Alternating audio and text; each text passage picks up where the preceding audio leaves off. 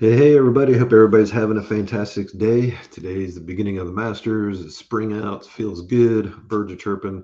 Hope you guys are having a great day. Tonight, we're going to talk a little bit about retirement savings drawdown. It's a very crucial aspect of proper retirement plan. I did a blog about it a little while ago. I'm going to share that with you guys. We touched on this on one of our Are You Ready for Retirement sessions. We touched on it. I go a little bit deeper into it. What exactly is a retirement savings drawdown, right? Before I do that, though, hit me up with hashtag live. If you're watching it live, it helps us out with our group and with Facebook. If you're watching a replay, hit me up with a hashtag replay throughout. If you have questions, comments, put it in the message in the comment section or message me. That would be fantastic. So today we're going to talk about that retirement drawdown. I'll show you the link to it real quick. If you can always go out to my website, there's a blog section, there's a retirement savings drawdown section, or blog article rather. You can check that out there for the full content. You can subscribe to the newsletters and blogs and whatnot, and we'll get that out to you when they're available. So you can always check that out. So we're going to use that as a base for today. But the drawdown is crucial because most people think about the accumulation phase. How much money do I need to retire? Here's my top end. Well, you remember the treasure target that we went over, and of course, on the outside, God owns everything. And then there's four different quadrants, working our way down through those center rings to get to financial freedom. Well, when you get to that financial freedom and you kind of work through that grow category, there's another detail to that. Not only your accumulation, how much am I saving? What number do I need to get to?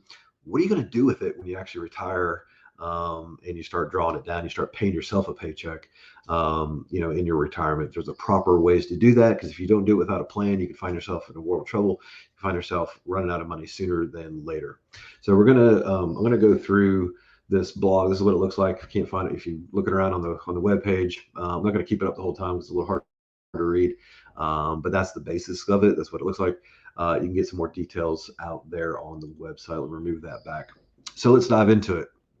Retirement income, it's definitely a piece of the puzzle for retirement and your retirement plan. So when you're mapping out your drawdown strategy, you got to account for many different things. Your marital status comes into play, what savings you have, your life expectancy, the kind of retirement accounts you have, tax deferred, taxable, what kind of vehicles they're in, your tax implications, what are your tax brackets, what effects does your withdrawals have on your taxes, and then also what are your expenses going to look like in retirement. Now, the way I usually do planning is we figure out which we think what your expenses are going to be in retirement, and we back into it, and then we get to your number. It's a much more cohesive and comprehensive way to come about your plan, but you got to kind of be thinking about that. You're not going to know exactly how you're going to say, well, how the heck am I supposed to know what all my expenses are going to be in retirement? Well, you can take a gauge. You can look at your current budget. You can probably figure out what things aren't going to be there, and there's probably going to be some added things that will be there. General rule of thumb is you take your monthly expenses now, and it's around 70 to 75% or so was what you'll need in retirement. But we want to narrow that down a little bit, because if you paid your house off, that's going to affect it. If you're in good or bad health, that's going to affect it. Some things to think about. So couple other things. We're going to go through things to factor in when you're talking about your drawdown plan. You have to account for inflation. When we put together a full retirement plan, you got to think about the cost of money in the future, inflation. When you're factoring it in, of course, inflation has been all over the board, and it's been averages historically, 1 to 2% or so. Lately, it's been ridiculous, but on average, you look historically, you want to account for about 3%. It's high now, but it will factor back down. It will go back down as the economy changes, as things change in the economic landscape of our country and the world, for that matter. So what does that mean? It means your savings rate, when we're not, hopefully you're not just putting money in savings, but your rate of return has to be at least that, so you don't start going backwards and your accounts start going negative. But that means 3% year over year. So you have to account for that increase year over year, kind of like a cost of living adjustment, right? So you have to account for inflation in your plan. Your money's not going to, get you as far now as it does later. So the time value of money has to be factored in. Choose your best pension layout. I'm going to talk about pensions a little bit, although most people aren't fortunate enough to have pensions anymore. One thing I like to say is today's retirement is not like our parents and grandparents' retirements. There's so few pensions out there, but some people do have them.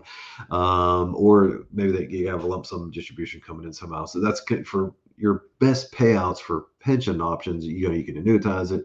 You can take a lump sum payment. Sometimes they have structured payouts. You got to figure out what method is best for you. It's best to consult, advisor to figure that out. So how to best choose the right payout for your pension, that has to be a factor. Making the right decision about Social Security, it's huge. You can go through Social Security optimization. That's one thing I like doing for people is you do a Social Security optimization. And most people think, well, how can you optimize Social Security? Isn't it? Don't they just dictate to you what you get? Well, yes and no. You're paying into it, and the Social Security benefit is a calculation based off how many years you paid in, what your average earnings are, some calculations, ratios there. But there is optimal times to file, and there is an optimum strategy. There's also a ton of different Social Security rules that you would have to be aware of. By the way, the Social Security office is not allowed to make any recommendations. They're not allowed to advise you. You call them up, all they're allowed to do is tell you, yes, you can file, no, you can't. This is how you do it. They're not even allowed. It's not that maybe the representative doesn't want to, they're not allowed to give you advice. So you got to navigate your way through those different rules. But the biggest thing is the optimization piece. Basically, it comes down to when to file. So the full retirement age is 67 for most of us. You can take Social Security as low as age 62, but you're losing about 30% of the benefit. 67 is full benefit age. And then if you go beyond that, anywhere from 67 to 70, every year you get about 8% bump up in your benefit. So there's some strategy there as far as when to file. It's not just as easy as saying, hey, let's go to wait for the 70%. There's other factors that go into that. There's a cost, there's a break even point of making that decision. Obviously, you got to factor in your health, life expectancy, all those kind of things. But there's a way to go through an optimization to figure out exactly what that is. If you don't know what your benefit synopsis are, you can go to the Social Security website, register for a free account. It's all secure, and you can go on there. They can send you updates regularly, but you can also just go on there, run it, and it will tell you what your estimated benefits are now based on your earnings history at all those different ages, and it helps with the planning process. It's all digital. It's very secure. It's a really good little tool. Ideally, for a lot of people, yeah, wait until 70. You get the maximum benefit. If you're saying, well, I don't have enough, I don't want to work till I'm 70, or I don't have enough money to cover me from 67 to 70, that can be part of your plan. In retirement, we build what's called a Social Security bridge to get you, from 67 to 70. All right. And then your Social Security benefits start kicking in. So there is a way to optimize. You got to dig the right balance. You got to do some calcs and figure that out, make the right decisions about Social Security. And then balance guaranteed income. Guaranteed income, one of the forms of guaranteed income is Social Security. Basically, Social Security is an annuity, right? You've been paying into it. Well, it is an annuity. Basically, you've been paying into it your whole life as your working life. And then they have guaranteed payouts for the rest of your life as long as you live, no matter how much you've paid into it. That benefit's guaranteed. That's what annuity does, right? You got to have guaranteed income in your retirement. Remember me talking about the three different buckets in retirement, you have three different phases in retirement. There's a lot of different threes that kind of go along here, right? And then there's the three different things you're saving for. You got your core expenses, the wants and the nice to haves, right? Well, that core expenses piece down at the bottom of that pyramid, you want to have covered by guaranteed income. That makes for a much happier and less stressful retirement. The base expenses are covered. So Social Security can help with that. Annuities can help with that, or you can make your own self-funded, guaranteed income. But that's going to take a little bit more effort with some, the right investments and whatnot. But you got to factor in what you're going to need for those expenses. It goes back up to what do I need in retirement for my expenses? That covers housing, utilities, food, healthcare, all that kind of stuff. What's your core expenses? Plan for the right balance of guaranteed income. Now, in your retirement plan, you don't want to put all of it in guaranteed income products. You want to balance it out because you're going to still have some in the market and some other avenues to fight inflation. You're going to have some in the guaranteed income. So no matter what the market does, there's guarantees you'll never lose anything. It's coming up with the right mixture. What's the right balance of that guaranteed income for your retirement and for long-term growth? Another factor is you got to to plan for taxes. There's a lot of different things to factor. You got to look at what investment vehicles you have your investments in, right? Were they in pre-tax? In other words, did money come out of your paycheck before taxes were taken out and then go to like a 401k, right?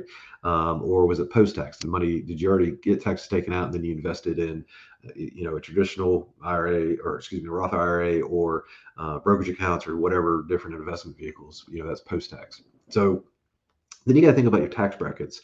Tax brackets really actually are at an all-time low if you look historically across the United States. And if you look at the national debt and you look at how much we're spending, everybody, all the experts, PhDs, everybody, economists, at some point taxes are going to go up. It's inevitable. So the old adage that your tax bracket in retirement is going to be lower than it is now, it's not necessarily the case. So you got to plan for that. There actually is a way to minimize your tax burden in retirement, based on what vehicles you put your investments in, and then how you draw them down. The order in which you draw down those investments is critical, right? That helps you stretch out your money. That's also going to depend on what tax brackets you're in. Other thing to think about is required minimum distributions, or RMDs. Those are it's changing. The Secure Act has changed what age, but basically around 72, and that could change based on the Secure Act. You have to take money out of your tax deferred accounts like 401ks, IRAs, all those things that are tax deferred. The government wants to start getting their taxes out because it's been deferred all that time. They're potentially redoing the calculations and messing with the ages some more. But if you do not take your RMDs out, you get hit with a penalty, and you don't want to get hit with that penalty because it could be substantial. They're talking about that as well to try to reduce those. But you got to account for RMDs and what impact does that have on your tax bracket. When I take that money out, what does it do on my tax burden for that year? Social Security tax. Yes, you can actually be taxed on your Social Security benefits. There's some numbers there. And if you make money in retirement, like you're working part-time, or you're getting a lot of interest off of an account, it's called provisional income. What provisional income are you taking in addition to your Social Security benefits? What they do is they take your calculation, and you can contact me if you want to know what those different brackets are and the levels of where those hit in. But basically, they take half of your Social Security benefits. So they actually count your Social Security income, half your Social Security benefit, plus your provisional income and interest that you're earning, to come up with whether or not you're going to be taxed. And if you fall within that first bracket, you can be charged up to 50% of your Social Security benefit could be taxed. If you go into the next bracket, up to 80% or 85% of your Social Security benefit could be taxed. Now, you can try to avoid that by managing what provisional income you have and how you draw down those different accounts. So that can have a big tax implications. You might be expecting X and you end up with Y because you're paying taxes on your Social Security. Capital gains. If you're doing flat out investments like in a brokerage, or buying and selling stocks, and you sell those stocks, you got to pay capital gains tax. Count for those as you're selling those off to fund your drawdown. And then, of course, estate tax planning. If you have enough for estate tax, taxes, as you got to count that within your plan. But get with an estate attorney to figure that out, what the ins and outs are there. It's a large amount, millions, for when you start getting taxed on the estates. However, there are some proposals in government to change that a bit. So keep an eye on that. But as you know, as your lifespan goes across, you get into retirement, things could change. Your health could change. Taxes could change. You got to be ready and nimble. Put a good plan in place that you can easily adjust and look at and analyze, and to go through. So it's critical that you have this income plan, how you're going to withdraw funds in retirement. It's critical for you to realize the impacts of that. It can really make a difference on the longevity of how long your money's going to last, and ultimately how happy you're going to be in retirement. So if you have questions about that, put some comments in the comments. If you don't want to do it on the comments, hit me up in Facebook Messenger. If you want to schedule a time with me, put this up on the screen. You can schedule a time with me. I'll put it in the comments section as well. You can schedule a time with me, and I'm happy to go through that with you. So guys, I hope this was helpful for you. We'll continue down the road of different retirement options. and obviously how that factors into our overall financial plan. We'll continue to do that over the course of a number of weeks, but we'll take some breaks in between to talk about more scripture things. We'll also take some breaks to talk about miscellaneous personal financial things. So anyway, I hope this was beneficial. Y'all have a great and happy Easter weekend, and God bless, and we'll talk to you next time.